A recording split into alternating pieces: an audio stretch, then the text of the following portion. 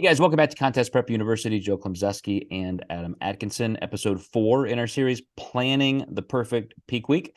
And we're going to talk about supplements because, of course, Adam, everybody asks, should I keep creatine in? Should I take it out? Number one question.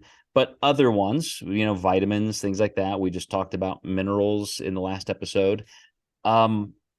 Everybody typically has some kind of supplement regimen. It can be extensive, pages long, some very simple.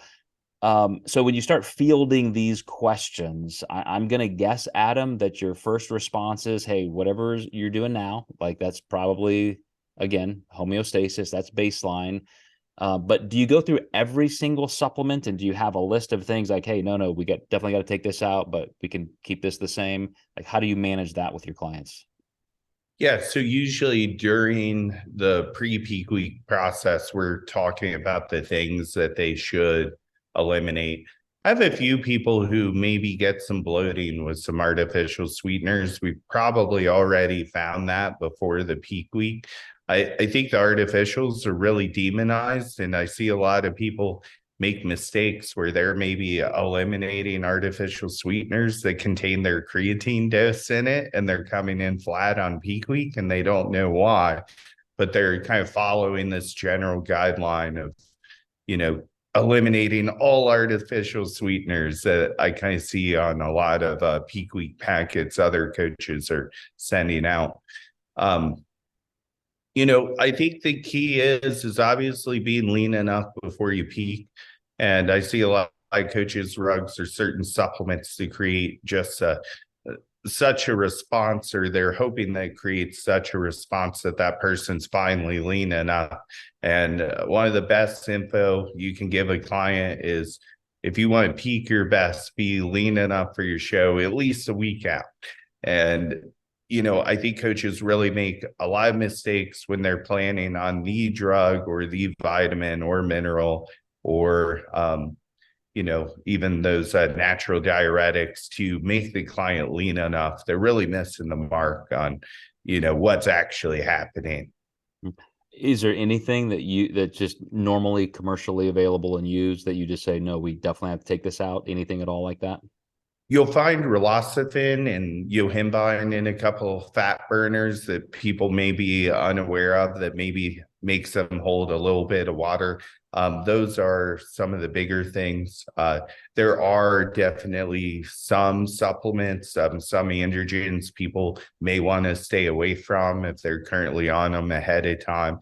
But if you take those out, they could also lose some fullness too. So if they're lean enough and they're on maybe a more aromatizing compound and they look lean enough, I probably wouldn't change it, because even if they do look leaner, they're probably going to lose some fullness if we pull that out.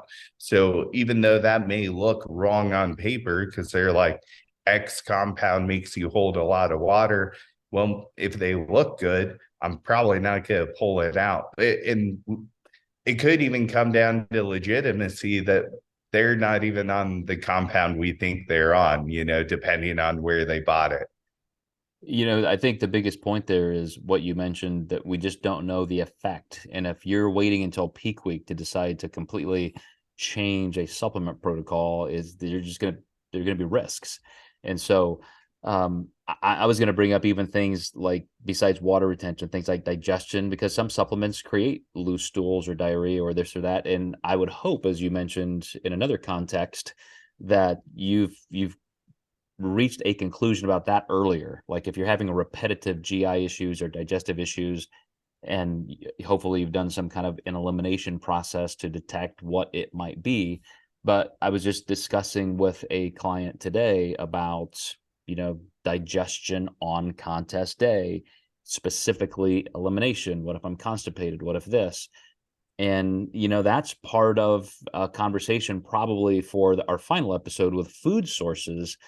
But I look at everything that you can do with a supplement, whether you're adding it, taking it away, increasing it, decreasing it, as something that you better be watching very, very closely, and just make sure that you know those effects.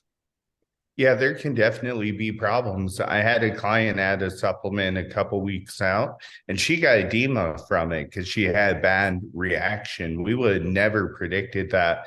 And that's typically one of the reasons I won't add anything new from a supplement, vitamin, mineral perspective on peak week. Even though those situations are extremely rare, they do happen. And yet you see peak weeks passed around from coaches who are just throwing all kinds of gimmicky things at clients, which include all kinds of things I haven't taken ever before. Right.